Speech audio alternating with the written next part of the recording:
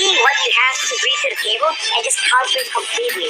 The key to victory for them right here is to force S11 Gaming to make mistakes with early rotations. Min and Man to recalibrate their twin connection. That is something that they have been using so much to gain so much success. Prepare against front-to-back compositions. Have enough dive if they require to shut down perhaps the gold lane or the mid lane. And don't overthink it with the battle spells, right? Just do it. And there's a fun fact when you're looking at Team Hawk. They got a special analyst, man. That's Balance, a player that used to play with Carry, Min, and Man back in Orange Esports, right? So he's going to be helping Hawk now as an analyst, and he's a brilliant mind, man. This is the man who actually was able to almost outplay Omega, I believe. Remember at MSC. Now, let's take a look at audience prediction right here. Wow. And it's pretty even. Yeah, it's very, very even, where a lot of people are going for S11 Gaming too. I'm looking at it. I think it's for the second slide, especially. It's more towards S11, but it's very close. And I mean, that's going back to the point I said. Like, when you see more of these teams play, specifically S11 here, you're going to slowly convert some of these fans out there in the world watching, right? And being like, wow, actually, yeah, we are rooting for these guys. And I mean, Team Hawk, these players, some of them very well known, right? They have accomplished a lot as a team. But S11 clearly making a statement from the first series that they had. And now as we jump into the draft here, for this third match of the day, already you can see it is going to be S11 on the blue side, and we've got Team Hawk on the red. Fans coming out here, Eve and Fanny are going to be taken out. And I think that's great, right? You take out the Fanny here, you don't allow Gary to unleash on that. But I'm surprised too, Team Hawk decides to take out the Valentina. You know, I was about to say, right when we were talking about S11 being popular, a lot of players, a lot of fans are now rooting for them. Have you seen the players vote in-game in MLBB?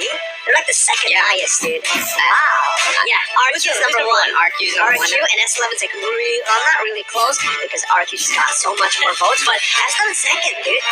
Argentina. It is the World Cup. I was going to say, very passionate, just fans. I mean, like not just esports, but even sports in general. So not surprised, right? You're gonna see this rally effect for S11, especially as they go into the knockout stage. For sure. Well, for Team Hawk right now, they understand that they have to contend with a lot of crowd control if they allow the Kaja as well as the Valentina to fall into the hands of S11. So, considering they want to be reactive, they want to make sure that S11 does not have too many playmaking tools as well, just in case it overwhelms them. S11 though, they understand that if there's kite back, there's going to be a 1-1, so they ban that option out of the game. I'm wondering if one of these teams grabs the Kakita early on, right? I mean, we've seen them both play it, and especially with the performance that Chan had, where he started that early game very quickly, stacking, 2-3 kills on that Kakita. I would be surprised if it's either left through this draft or not even banned out, because both teams do like to play around with that. So, still, too, with this last ban coming up here from Team Hawk, they've already focused on, the Valentina Kaja pick. Do they go for Blue? Actually, it's going to be the Joy, who we've seen more often than I feel like now in the jungle. I think we can say we've seen Joy more in the jungle picked up here. So, interesting, right? First phase bans done. What is the first pick here going to be for S11, Arashi? I think it's going to be something a bit more utility for sure, because Blue, you see that Blue makes a lot of sense for sure. Of course, the flex potential is still also a big factor here. It does seem like they do not want to be denied, right? The E pick is just so annoying. So I think they want something they can just go in the back line. We saw that the U song was so devastating, but I'm not sure if they're going to pick it at least in first pick. Yeah, I mean, it's way too expensive to let go of Blue, right? You mentioned the E, but they've already banned it here. So, again, Team Hawk, they can respond. We've seen teams respond to the Blue pick with a fair miss because of the additional damage you do towards a split. But even then, Blue's still super annoying, right? It's all about how you use the slam, and honestly, it's how you space out in the team fights. That's how you differentiate the good Blue players from the average ones, right? And I believe right now, from looking at how Papa Dog usually plays on his sustainable heroes, this is his style of hero, right? Picking up the Blue, super strong, already basically guarantees a strong side XP laner for the team. I mean, not only that, but we saw how he played, the higher dry grok, right? So I feel like Blue works better for him here, but already the answer, the response from Team Hawk is going to be the Cho pick and the carry. We've seen carry quite devastating in a lot of matches. The damage can be unreal, especially when you get that attack speed built up and the itemization and everything. And then, of course, Cho, someone that we see utilize the Way of Dragon. So there's so many ways you can use it. Disengage, engage. You can pull the flashy plays. You don't have to. The peel is there too, which obviously is something that you really need for the carry to shine, because you can only rely so much on the dash and also the Wind of Nature, right? But if you have what you're seeing similarly, the great Cho players, they know how to peel, they know how to disengage, and they know when to engage. So still, I think there's something that needs to be drafted for Team Hawk to complement this Cho pick. But on the other side, s11 is going to take out the Leslie again. 0% win rate, but it is still a devastating hero late game. You're up against some true damage on carry. Hey, someone else has true damage, and that's Leslie, right? They pick it up, they want to play for the late game, and they also picked up a Lolita that can stop these projectiles from going towards that back line, right? So they're basically trying to give more space towards their own back line here. The big question for me is, right now, s11 Gaming in the mid lane, they're going to be severely, like, the hero pool is going to be hit in the second phase of drafts by Team Hawk, for sure. Yeah. I mean, it's a very important lane, but of course s11 has a lot of options to play around with. They're gonna be a bit more proactive, so as nice to mention, a Kadira might make sense. They're gonna go for range. Varsa is available, but we talked about this Yuzong and how oppressive it can be. Now you're on a Leslie against a Yuzong. It's a very difficult situation to be in. But on that point, on the gold laners though, the carry and the Leslie matchup in the late game, it's a bit dangerous because pure DPS wise, carry will out damage, but if you miss position, right, Leslie functions as an assassin as well, and you can get one shot before you can even prompt the Wind of Nature. Yeah, I mean, like you said, Arashi, there's a lot of options available for you if you're s11, and specifically in the mid lane too. You know, you gotta be careful on how you approach it. You do have, I mean, again, contesting with Kadita would be great, but also that you still have available Xavier. Never mind, he did die. So that's gonna be taken out. I was gonna say Xavier because specifically, same situation, right? You have a great peel mechanic available to you with the Mystic Field. You also have that low cooldown Dawning Light as the game goes on, able to chunk down members here from Team Hawk. So, I mean, Leslie as well. But it's the same thing. You have to protect this Leslie because you have Lolita, which is great, but still you want to have a multi-dimensional kind of option for you to use. You know how they can do that here? If I was s11 Gaming, honestly, look at this composition, right? We've seen this before too. s11 ban out the Varsa, and so far it's going exactly as I'm thinking, but they might want to go for the Lunox here, right? If there's anyone who can really peel for the Leslie in the back line, it's someone that does damage, that can melt the backline presence or the backline threat to them, which is Yuzong, right? That's the only way to peel from Yuzong. Yeah, I mean, technically you can go for a Diggy, but they already have a Lolita, right? So the real answer for me right now for s11 is picking up something like a Lunox that can really melt down the Yuzong, so it just stops him from going towards Leslie. The secondary damage source in case they want to tunnel vision. It's a bit of how we saw earlier, right? When you have two very solid sources of damage, you have no idea which one to focus down. If you focus one, the other just goes out of control. And if there's only one tool available in the side of Team Hawk to shut down a single hero on the back line, if you have two from s11, it might be quite difficult. So now, the question is again, for Team Hawk, do they want to try and zone away the Leslie using long range, or do they want to go for an assassin? They can just back up the dive coming in from the whole team. You know what? I really like how Team Hawk is like, you know, it's fine. We'll also ban the mid laners despite not having a mid laner themselves. Because Spawn is such a dynamic player. Has a lot of heroes in his arsenal, right?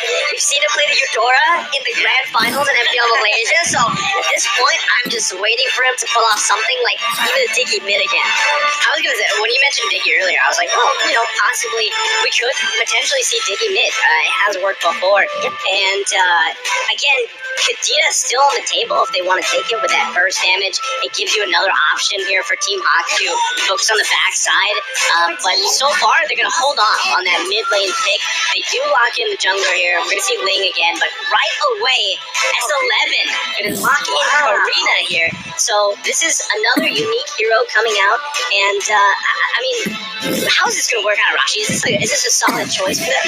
Well, early the Karina will have a bit more of an advantage advantage. I mean, he can block the basic attacks as well coming in from the carry. So that is a factor for sure.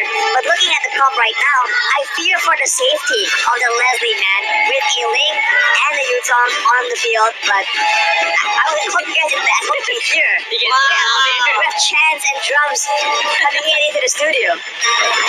Yeah, I believe they were young Team Hawk. I think so. I think so, yeah. Yeah, so again, Team Hawk, all the way from Malaysia, right here in Indonesia, in the Bali United studio, they are ready, man, with the support coming in for their team. Let's see, it's the Heron pickup that's going to be in the mid lane, I believe. Yeah. For S11. Yeah. So again, it's not going to be that Lunox that we mentioned, but it is a magic damage dealer here. Still great. Still a great option. Yeah. I agree, it's still great, but again, there's a lot of lockdown, right? There's that Way the Dragon, single target, lockdown. I think Chan might have to go for that Purifier. But technically, think about that overlap scenario, right? The Zombie Force, then you have the Noom Blast. Like, you have a lot of options there. I told you, play around it. Hey, called it. You're an analyst now. I'm an analyst now. You stood up for that. I know. I share your excitement here, Mirko. There's Eudora. Right, I mean, we talk about reacting, we talk about crowd control.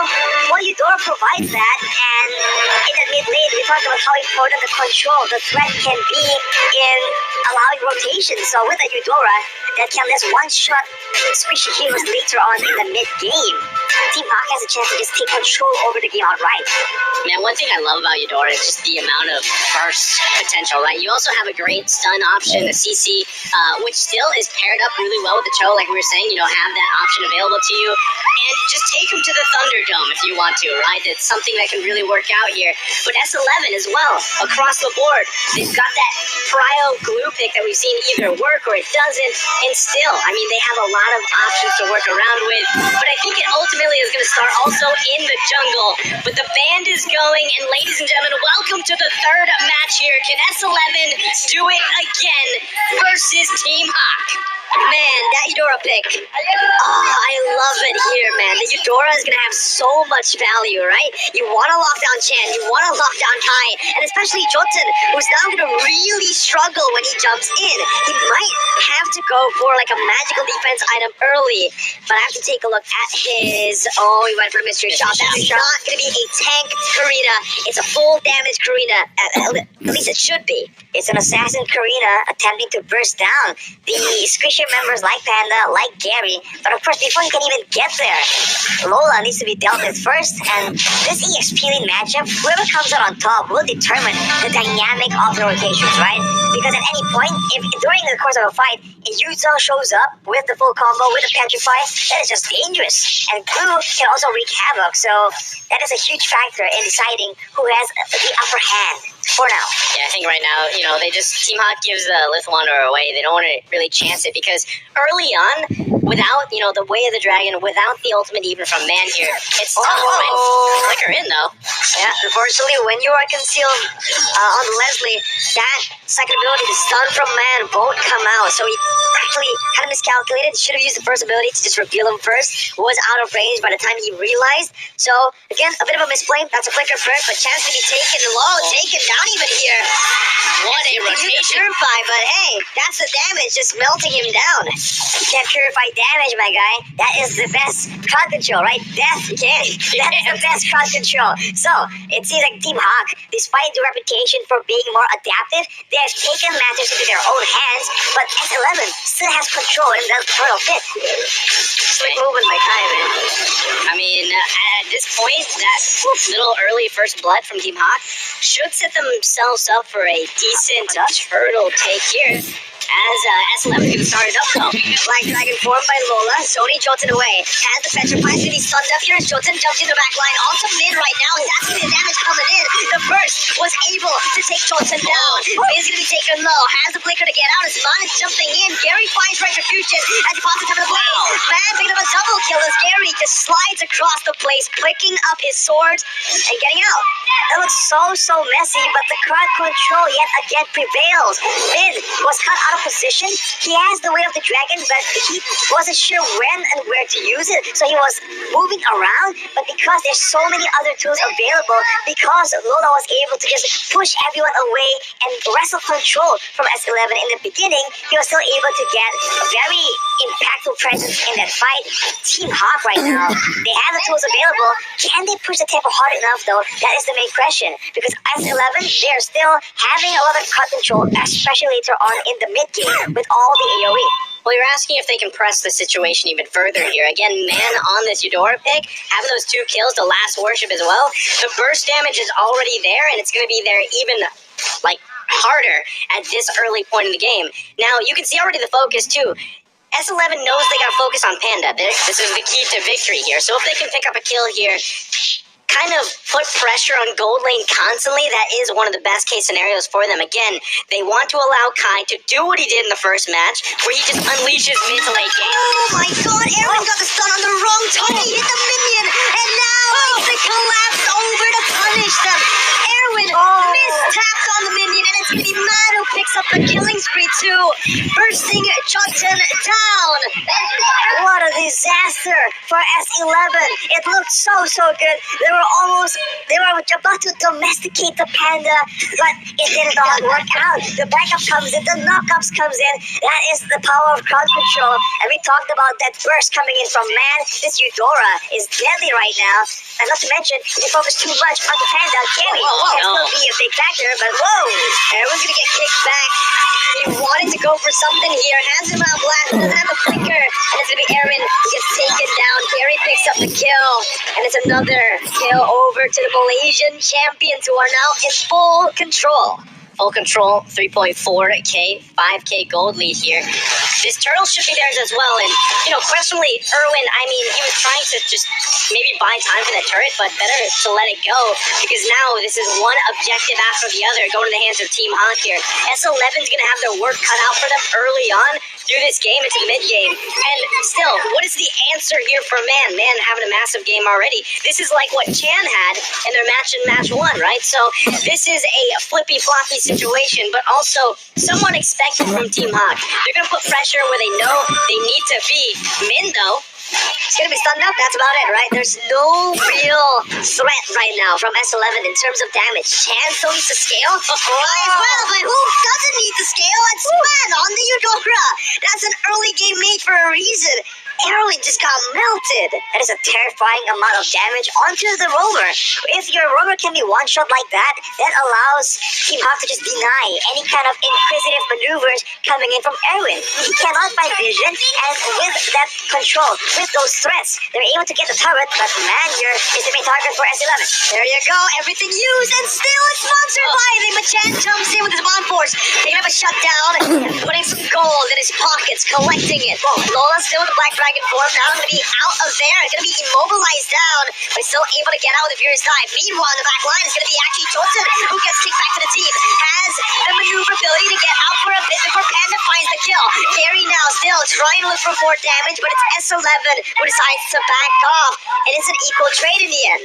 that could have been way worse, right? I mean, for either team there was a lot going on, but still, it was pretty much an even trade so far, and that's the thing. The thing about Team Hawk is the pressure from having a Eudora, the pressure from having a Cho is showing for S11. S11 has to work around this, right? But again, time could be in their favor if they can get to the point where mid-late game, they've got some farm. Kai hasn't died yet. This is very reminiscent, like I said, to a previous game where we were kind of counting out Kai, but then he flipped the tables for S11 in the previous matchup. So this could still happen for them. True. And Chan as well. Chan, he needs to continue to build up. You saw the Zaman Force. If Team Hawk gets out of place, the Zaman Force works so well to find the kills that you need with this Heron, or even set up the rest of the team here. But already another turtle being worked on Team Hawk. They should be able to just secure this with a breeze. S11 going for a trade, it seems, but with only 2 members down here, it's still very vulnerable, and Team Hawk may might just make a play here. No, they go for the cover, and that's about it. They're playing it patient and disciplined, keeping it clean, because later on, they can still have so many more options, man. They can use Gary to split push as well. We've seen that happen, and now here is the squad, right? Looking for a play, but Lola might be the one starting it off. Uh-oh, there you go. Yeah, Lola just dishing out a bit of damage. Attack this poke. But with this, the way they're trading on the map, right, S11 sure are buying a bit more time. Everyone jumps in onto Lola. They're trying to actually collapse onto this 1-4-2. Lola's taking very little bit away. The Dragon connects onto Johnson. His chance still able to actually get out. Look at him now. Blast connecting onto two members. Lon still able to flicker out. Papa Dog gonna be top. Chance still gonna be able to survive, but it's scary. Slicing and dicing with the help of Panda to get the damage done. And then take Erwin and Chan down. Team Hawk now looking to capitalize as they are to be able to take the mid lane tier 1. The snipe won't be enough, and that is what discipline gets you. S11, they saw Lola, they figured, let's go for that takeoff because they are in such desperate situations. But of course, they are able to secure the kill, but at what cost? Team Hawk has so many more dangerous members available, and look at the items right here. Panda, already with the corrosion sight and the golden staff, that is a lot of attack speed and a lot of utility that can be brought into the team. And Gary on this lane with the Berserker's Fury and the Windtalker, that's a lot of hits and by default a lot of crits as well. So they can't really let these members go around without getting card control, without threatening them with everything. Yeah, again, with Kai not dying yet, that's a great situation to be in. But what we're seeing from Team Hawk is that backline dive is so strong. You have Gary, you have Lola to do that. And man, if he decides to flicker in and just throw out that full combination from Eudora, then Kai could be easily taken out here. So still, S11 buying time, they might be better off just giving up this first Lord, because if they actually contest it or try to fight it, they're most likely going to lose the fight here. So Team Hawk starts up the first Lord of the game. That's a very great point, because if there's a big messy fight, man can output the bulk of his role in the fight instantly. Whereas for the other side, if Chan wants to mimic the same kind of success, he needs to stay alive, he needs to take a lot more risks. So man has the quote-unquote easier hero, but that also means that as long as he's tactical and smart about his decisions in those big fights, who he targets, it's just a more clear-cut solution. S11 are still waiting for that power spike to hit, right? Yeah. They are banking on Chan and Kai. These two members are the two members that need the items to actually carry the game right now. Jotun, I think right now he just needs to act as an assassin, right? He comes in late, but if Team Hawk keep on just suffocating them this way, S11 have no way to actually get goal. Like, look at this, the orange buff is actually stolen away by Lola. Yeah, oh, they're going in. What's going on mid lane? And even the top lane, it's 2 kills on the board. Chance jumping back and forth, but he doesn't find a trade. It's still Team Hawk who just wins it out 2-0. Okay, we missed that for a second there, but 2 did go down for S11. And Lord now on the bottom side, they're going to have to be careful here how they approach this Black Dragon form. Papa Dog, nowhere to go here. Pops the split, trying to buy some time, but the damage comes through to really just melt him down. Chan, with his Mon 4s, actually jumping onto the Furious Dive. Luckily, he did not get knocked up. He is going to be able to clear the Lord out. 10 minutes in, base turret down in the bottom lane. Team Hawk, I think they could have pressured a bit more there, but as you mentioned, keeping it clean, keeping it disciplined, knowing that they have the lead, but they also have a lot more early game options, so there's no point in taking unnecessary risks and letting S11 perhaps have an opportunity for a comeback. Look at the players' gold right here, Gary and Panda, all the way up there, and despite the fact that Kai has been left relatively untouched, he is still not as wealthy as Jotun, which is not ideal, right? At this point, the Karina is not the main carry that you can rely on to actually decide the fate of the game. The items, right? That's what I really want to see for Kai right now. Does he have at least just the... I think he's got 2. I think he's got Berserker's Fury and maybe Endless Battle. Not sure if he was building towards that yet, but I mean, you saw the damage dealt. He's the highest there, but you saw how the discrepancy between the gold from him and even someone like Panda, right? I think it was around 2,000 gold difference. And so maybe in another 3-4 minutes, we'll see Kai pop off. Now we can take a look at the items. There it is. It is going to be that Berserker's Fury with the Endless Battle here, working on the next. So if he's going, is he going BOD here, Arashi?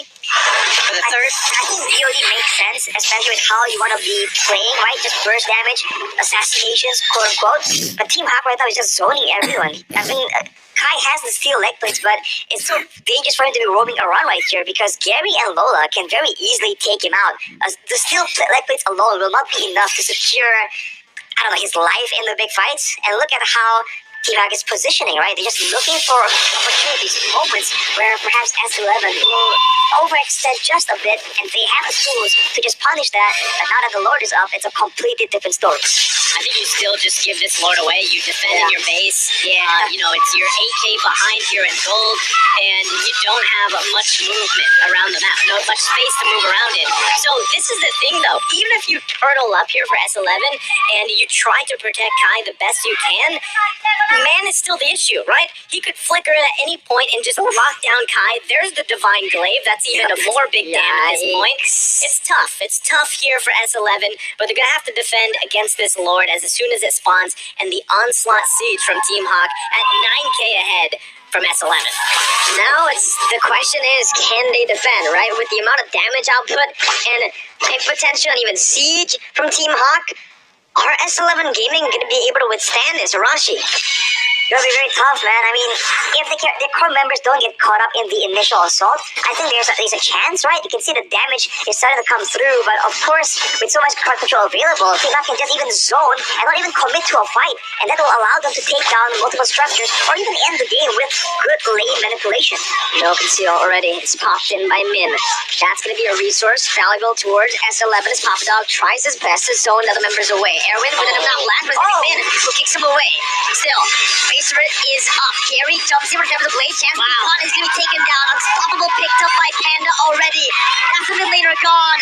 One of the high ground defense members is no longer alive for S11. Manway free forward. Trying to get Kai right now. Kai still able to actually get out. Lola getting out of harm's way right now. Is not going to be able to dish out the damage, but it's going to be taken down in the end by Kai. He's still the back line. Dealing a lot. Dealing that true damage. As that's going to be Min. Caught. Double kill over to Kai, who's still trying to dish out the damage. And now you can see that he is starting to hurt. He is going to be able to dish out more as he's hunting for Panda. Panda picks up the godlight, flickers out, and Team Hawk have taken all 3 base turrets.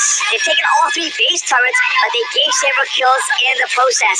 Of course, it's not a defeat. They have so much macro pressure right now, but S11, they need that influx of gold, and it comes in into the right hands kind of, so they have a chance right here.